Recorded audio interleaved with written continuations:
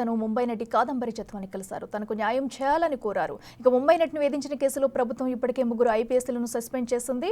ఇక జత్వాని మాట్లాడుతున్నారు. ఇప్పుడు లైవ్ చూద్దాం. ఈమెకి న్యాయం జరిగింది. మీడియా పీపుల్ అందరూ కూడా అనేకమైనటువంటి ఛానల్స్లో డిబేట్ చేశారు. యూట్యూబర్స్ చాలామంది సహాయం చేశారు. ఎందుకంటే ఇంత పబ్లిక్ క్రై రాకపోతే ఇలాంటి సంఘటన బహుశా మీడియా మిత్రులందరికీ తెలుసు. భారతదేశంలో ఒక 3 ఐపీఎస్లు ఒకేసారి సస్పెన్షన్కు గురవటం లేదా పెద్దల ఇన్వాల్వ్మెంట్ ఉందనేటువంటిది రావటం ఈ కేసు ఉంది. అయితే న్యాయవాదులుగా కానీ బాధితులుగా వాళ్ళు కానీ ఎవరెవరు ఇన్వాల్వ్ అయ్యారనేటువంటిది మీరు అడిగే ప్రశ్నలకి సమాధానం ఇన్వెస్టిగేషన్ చెప్తుంది. ఎందుకంటే ప్రీమెచ్యూర్గా మనం మాట్లాడలేం కాబట్టి ఆ విషయాలు ఆల్రెడీ మీ అందరికీ తెలుసు. కాల్ డేటాలు, గూగుల్ టేక్అవుట్స్ ఇవన్నీ తీసుకోవడం జరిగింది. ఇంకా విచిత్రం ఏంటంటే ఈరోజు మీడియాలో కూడా కథనాలు వచ్చినాయి. వీరి యొక్క ఇన్స్ట్రుమెంట్స్ని పోలీస్ ఆఫీసర్స్ కాకుండా మరెక్కడికో తీసుకెళ్ళి ఓపెన్ చేయాల్సిన ప్రయత్నం చేశారు. వీళ్ళకి 2 సార్లు మెయిల్ అలర్ట్స్ బయటకు వచ్చిన తర్వాత మెయిల్ అలర్ట్స్ వచ్చినాయి. అవి మీకు సప్లై చేస్తాం ఇప్పుడు. అంటే దీని అర్థం ఏంటంటే మరి తీసుకున్నటువంటి ఇన్స్ట్రుమెంట్లను కోర్టుకు సబ్మిట్ చేయాలి. మామూలుగా అయితే సెర్చ్ వారెంట్లో సెక్షన్ 100 సిఆర్పిసి 101 సిఆర్పిసి.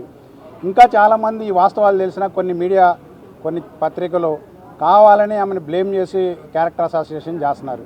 ఇంత దుర్మార్గం జరిగిన తర్వాత కూడా మనం ఇప్పుడు రాజకీయంగా ఏదన్నా ఉందా లేదనేది ఇన్వెస్టిగేషన్ తెలుస్తుంది. ఆమె ఎప్పుడు రాజకీయం గురించి కూడా మాట్లాడేది. మేము కూడా రాజకీయాలు గురించి మాట్లాడలేదు.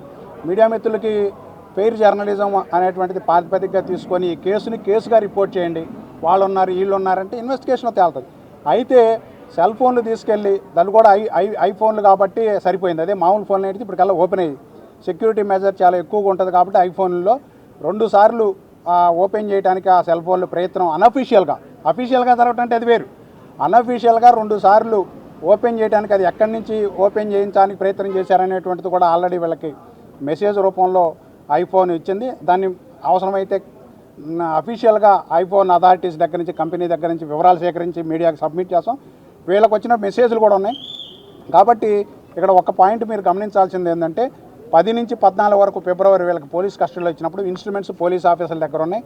ఓపెన్ చేయమని చాలా ఒత్తిడి చేశారు. అంతేకాకుండా ఆ ఇన్స్ట్రుమెంట్స్లో ఉన్నటువంటి దాన్ని డిలీట్ చేయడానికి ప్రయత్నం చేశారు. ఎందుకు చేయాల్సి వచ్చింది ఇది? ఒకవేళ నిజంగా ఏదో దాంట్లో విద్యాసాగర్కి సంబంధించిన డేటానే ఉందంటే కోర్టు ద్వారా ఆర్ఎఫ్ఎస్లకు పంపించవచ్చు. ఈ రోజు వరకు కోర్టుకు సబ్మిట్ చేయలేదు. కాబట్టి దీన్ని బట్టి కాన్స్పిరసీ ఏందనేటువంటిది మనందరికీ అర్థమవుతుంది. కాబట్టి మేము రాజకీయాల గురించి మాట్లాడడం ఇన్వాల్వ్మెంట్ అయినటువంటి వ్యక్తులు మొత్తం డేటా మన దగ్గర ఉంది కాబట్టి పోలీసు వాళ్ళ దగ్గర ఉంది, మా దగ్గర వీళ్ళ దగ్గర క్లయింట్ల దగ్గర ఉంది. కాబట్టి ఖచ్చితంగా ఈ కేసులో న్యాయం జరగాలి. వాళ్ళకి ఏంటంటే ఎక్కడో దూరభారం ముంబై నుంచి వచ్చి 40 రోజుల పాటు పబ్లిక్కి యాక్సెస్ ఇవ్వకుండా దుర్మార్గం చేశారు. బహుశా భారతదేశ చరిత్రలో ఇలాంటి కేసు మేము కూడా కొన్ని వందల వేల కేసులు చేశాం. కానీ ఇంత దుర్మార్గంగా పోలీసు వాళ్ళు అందులో ఐపీఎస్లు వ్యవహరిస్తారనేటువంటిది ఇది ఒక చాలా విజువల్ ఎగ్జాంపుల్. కాబట్టి మీడియా మిత్రులందరికీ ధన్యవాదాలు తెలియజేస్తూ ఈ ట్రూత్ అనర్థ అయ్యేంత వరకు, వాస్తవం బయటకు వచ్చేంత వరకు కూడా మీడియా మిత్రులు సహాయం చేయవలసిందిగా, సహకరించవలసిందిగా కోరుతున్నాం. ఈరోజు దానికి సంబంధించిన అప్రాపరేట్ రిప్రజెంటేషన్ ఇచ్చారు. అలాగనే సిపి గారిని కూడా కలుస్తారు విజయవాడలో. వాళ్ళకి జరిగే న్యాయం ముఖ్యంగా ఆ కేసుని విత్డ్రా చేసుకోగలిగితే, ఎందుకంటే ఫాల్స్ కేసు అని అపరెంట్గా కనపడతా ఉంది కాబట్టి కేసు విత్డ్రా చేసుకుంటే ముందు జరుగుద్ది. వాళ్ళ బ్రదర్కి ఇచ్చినటువంటి ఎల్ఓసి, ఆయన దుబాయ్లో ఉంటాడు, ఆల్రెడీ లుక్అవుట్ నోటీస్ ఇచ్చారో దాన్ని విత్డ్రా చేసుకున్నారు. అంతవరకు మంచి జరిగింది. మిగతా కేసు కూడా విత్డ్రా చేసుకుంటే వాళ్ళ మీద పడినటువంటి మచ్చ పోతుంది. అలాగనే వీళ్ళు పెట్టినటువంటి కేసు మీద సరైనటువంటి చర్యలు తీసుకొని దానికి ఎవరైతే అక్యూజ్డ్ ఉన్నారో, ఇప్పుడు చట్టం ఆర్టికల్ 14 అందరికీ ఒకటి, ఈక్వాలిటీ బిఫోర్ లా. కాబట్టి చట్టం దృష్టిలో అందరూ సమానులు కాబట్టి ఎవరు తప్పించుకో తిరగడానికి లేదు. అందరినీ సమంగానే చూడాలి. కాబట్టి పెద్దవాళ్ళ చిన్నవాళ్ళ అనేది అంత నిమిత్తం లేకుండా అలాంటి అవసరమే లేదు. ఇన్వెస్టిగేషన్లో ఇప్పుడు పెద్దవాళ్ళు కాన్స్పిరసీ చేశారా లేదని వీళ్ళు చూడలేదు కదా, చూసారా? కాబట్టి ఆ కాన్స్పిరసీ అనేటువంటిది ఎలక్ట్రానిక్ డేటా ద్వారా దాని ద్వారా వస్తుంది. అది వీళ్ళకి యాక్సెసిబిలిటీ లేదు. అది వీళ్ళతో షేర్ చేసుకోరు ఇప్పుడు ఇన్వెస్టిగేషన్ ఏజెన్సీ. దాన్ని బట్టి కదా నిర్ణయం చేయాలి. ఒకవేళ నిజంగా అలాంటి పెద్ద వ్యక్తుల పాత్ర ఉందనేటువంటిది కన్ఫామ్గా మాకు తెలిస్తే will fight against them also. There is no problem at all. కానీ మనకు ఆ డేటా రాలేదు కదా, అది ఇన్వెస్టిగేషన్ డేటా. అవి మీ అందరికి ఇస్తాం. దాని మీద మీరు ఏమైనా సైబర్ క్రైమ్ కు మళ్ళీ కంప్లైంట్ ఖచ్చితంగా అంటే అఫీషియల్గా ఇప్పుడు వీళ్ళకి మెయిల్ అన్నట్టు వచ్చింది. కంపెనీ ఐ కంపెనీ కాబట్టి ఐఫోన్ కాబట్టి ఐఫోన్ కంపెనీకి చెప్తాను ఆ పీరియడ్ మొత్తం మీకు ఇస్తాం. ఇప్పుడు మీకు ఇది అయిపోయిన తర్వాత ప్రింట్ కాపీలు ఇచ్చేస్తాం. మీ అందరు తలా ఒక కాపీ.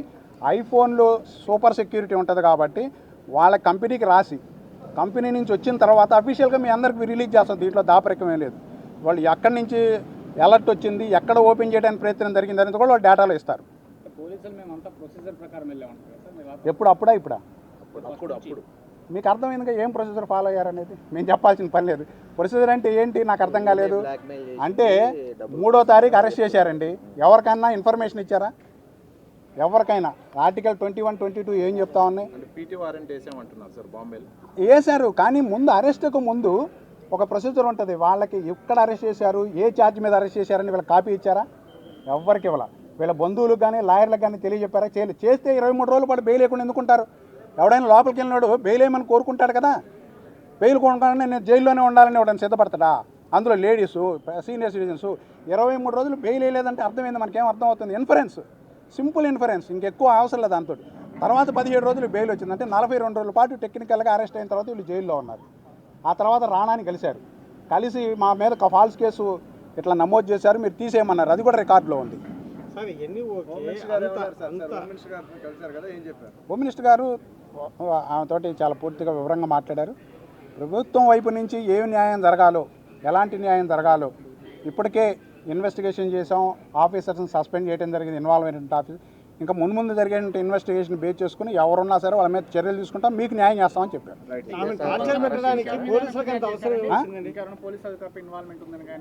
అంటే ఇది ఇన్వెస్టిగేషన్లో ఇప్పుడు ఆమె ఏంటంటే అక్కడికి వచ్చినప్పుడు కొంతమంది ఆఫీసర్స్ వచ్చి కొంత ఇబ్బంది పెట్టారని వాళ్ళ మీద ఆల్రెడీ ఇన్వెస్టిగేషన్లో చెప్పింది. మనకేంటంటే కొన్ని పరిమితులు ఉంటాయి మీడియాలో మాట్లాడటానికి. ఇప్పటికే కోర్టు కొన్ని రిస్ట్రిక్షన్స్ పెట్టింది మాకు, మీరు అర్థం చేసుకోవాలి.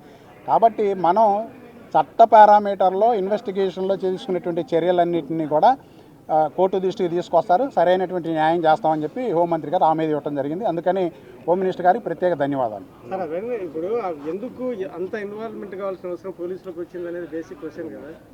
అదే తెలిసి ఇప్పుడు వాళ్ళు వచ్చింది. వీళ్ళకి ఒక ఇన్ఫర్మేషన్ మంచి